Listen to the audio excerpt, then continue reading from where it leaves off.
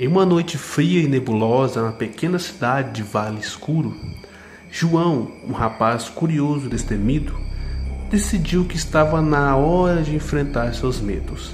Desde criança ele ouvia histórias sobre o Saci, um famoso personagem do folclore brasileiro. Diziam que ele era um ser travesso, com a perna só, que usava um gorro vermelho e estava sempre fumando seu inseparável cachimbo. Mas havia algo sombrio nessas histórias, algo que sempre deixou João com um arrepio na espinha. Determinando a desmistificar essas lendas, João armou-se de coragem e decidiu explorar a floresta onde, segundo a tradição local, o Saci fazia suas travessuras.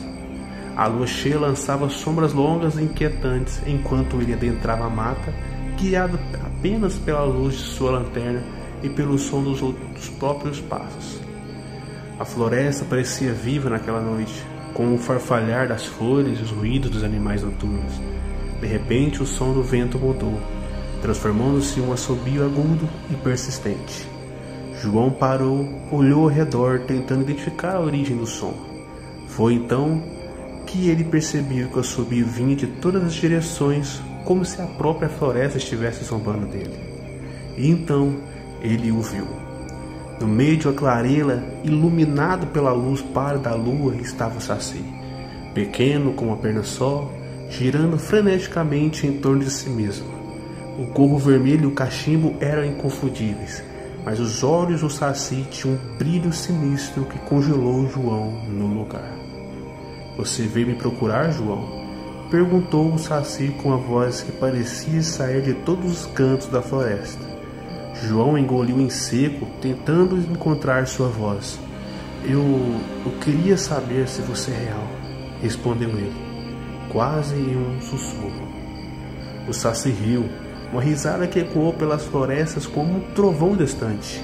"Ah, meu caro João, eu sou tão real quanto os seus medos", disse ele, aproximando-se lentamente, "e eu me alimento deles." Antes que João pudesse reagir, o Saci girou mais rápido, envolvendo-se em um redemoinho de folhas e poeira. João sentiu uma força invisível puxá-lo para o centro do redemoinho, e o medo tomou conta de seu coração. Ele tentou lutar, mas era inútil. O redemoinho o engolfou e ele foi levado para as profundezas da floresta. Quando a tempestade cessou, João encontrou-se em um lugar desconhecido. A floresta parecia ainda mais escura e ameaçadora, e ele estava sozinho. O assobio do Saci ainda ecoava ao longe, como uma lembrança constante de seu encontro macabro. João nunca mais foi visto na cidade. As pessoas diziam que ele havia sido levado pelo Saci, transformado em mais um das almas perdidas que vagam pela floresta. A lenda do Saci continuava a crescer, cada vez mais aterrorizante, à medida que novas histórias surgiam. Aqueles que ousavam adentrar a floresta à noite diziam ouvir assobios sinistros do Saci, um aviso para não desafiá-lo. E assim o medo do Saci persistia, assombrando os corações e as mentes de todos os moradores de Vale Escuro.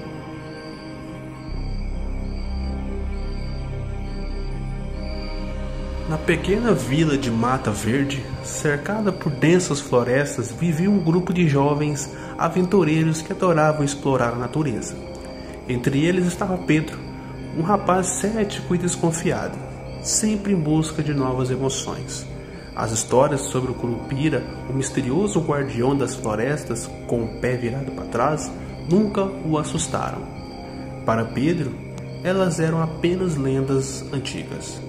Certa tarde, Pedro e seus amigos decidiram se aventurar em uma parte da floresta que ninguém ousava explorar. Avisados pelos anciões da vila sobre os perigos de perturbar o Curupira, eles riram e seguiram adiante, ignorando os alertas. A floresta parecia cada vez mais densa e escura, enquanto eles caminhavam mais profundamente. De repente, a temperatura caiu drasticamente, e uma névoa espessa começou a se formar ao redor do grupo. Os pássaros silenciaram e o farfalhar das folhas se tornou inquietante.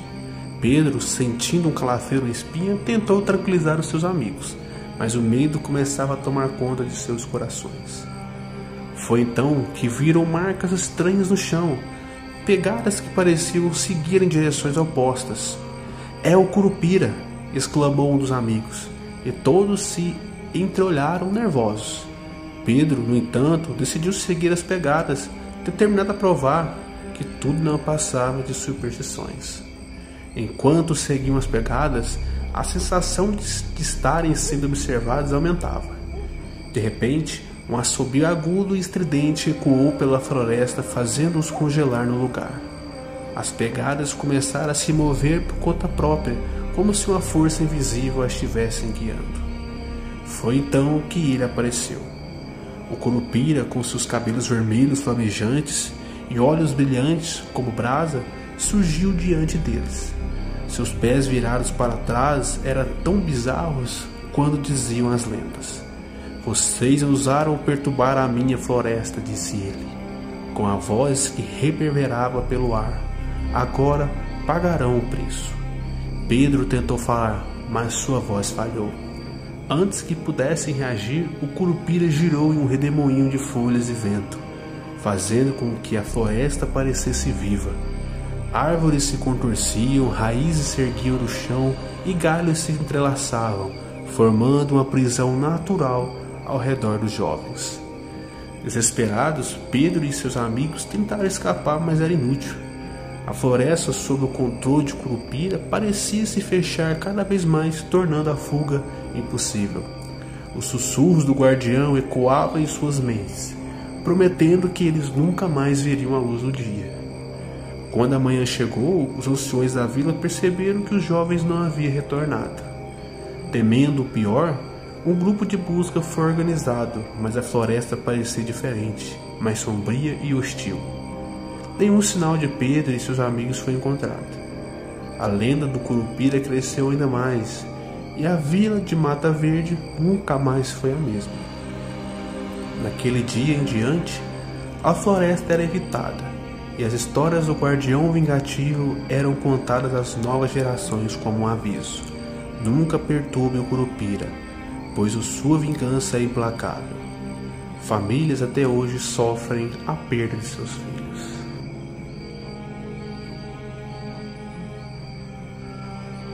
Era uma noite fria e chuvosa em Vila das Flores, quando a jovem Ana resolveu visitar sua avó na fazenda. Ana sempre adorava passar o tempo com sua avó, ouvindo as histórias antigas e saboreando as delícias caseiras.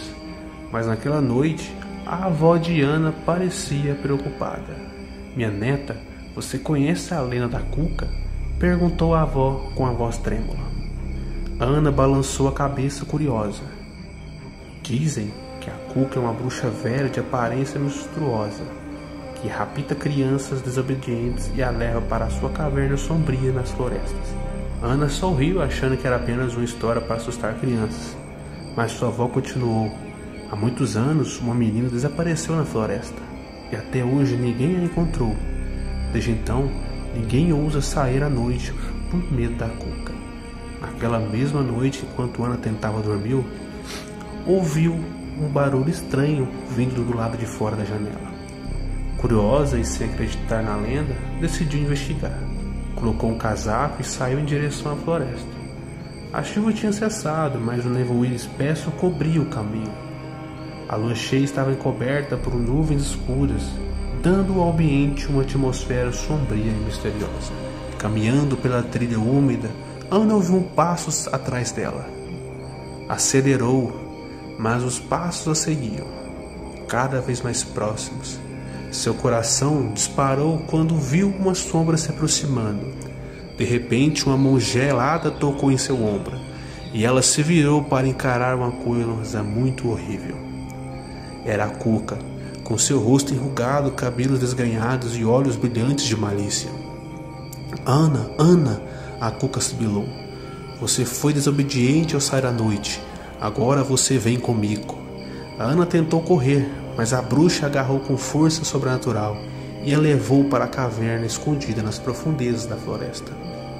O caminho pela floresta parecia interminável, com galhos e folhas que pareciam criar barreiras para impedir a fuga de Ana. Dentro da caverna, Ana encontrou um cenário aterrorizante. Havia ossos espalhados pelo chão e o cheiro de mofo e morte impregnava o ar. A caverna era iluminada apenas por algumas tochas cujas chamas tremulavam e projetavam sombras assustadoras nas paredes. A Cuca atrancou uma jaula enferrujada e desapareceu na escuridão, deixando Ana sozinha e apavorada. Ana sabia que precisava escapar antes que fosse tarde demais. Com muita dificuldade, conseguiu abrir a jaula usando uma pedra pontiaguda que encontrou no chão. Correu desesperada pela caverna, ouvindo os gritos da Cuca ecoando pelas paredes, como se a bruxa estivesse em todos os lugares ao mesmo tempo. O medo era impalpável, mas Ana não podia se permitir parar. Enquanto corria, Ana percebeu que a caverna era um verdadeiro labirinto, com corredores estreitos, bifurcações que poderiam facilmente levá-la a um beco sem saída. Ela tentou manter a calma e lembrar o caminho pelo qual havia sido trazida. Após alguns minutos de desespero, encontrou uma saída estreita e conseguiu passar por ela, emergindo na floresta. O nevoeiro ainda estava presente e a lua começava a aparecer novamente por entre as nuvens. Ana correu sem parar, sentindo a adrenalina pulsar em suas veias, até chegar à fazenda de sua avó, exausta e assustada. Ela bateu na porta com força, implorando para entrar. Quando contou à avó o que havia acontecido, a velha senhora a abraçou, aliviada por vê-la viva. Você enfrentou a Cuca e sobreviveu, Ana. Nunca mais desobedeça e saia à noite, disse a avó com lágrimas nos olhos. Desde aquele dia, Ana nunca mais duvidou das histórias de sua avó. A lenda continuava a assombrar as noites em Vila das Flores, e todos sabiam que a desobediência poderia levá-los ao encontro da terrível bruxa. Ana passou a contar histórias da Cuca para outras crianças, alertando-as sobre os perigos de desobedecer e sair à noite. Com o tempo, a história da Cuca tornou-se parte do folclore local, e a caverna onde Ana havia sido levada virou um lugar evitado por todos. Ninguém queria arriscar o encontro com a bruxa e experimentar o terror que Ana enfrentou. A fazenda da avó de Ana também se tornou um ponto de curiosidade, onde as pessoas iam para ouvir em primeira mão a história da jovem que sobreviveu ao encontro com a Cuca. E assim, a lenda da Cuca perdurou por gerações, lembrando a todos da importância de respeitar as tradições e os conselhos dos mais velhos, pois nunca se sabe o que pode estar de espreita na escuridão.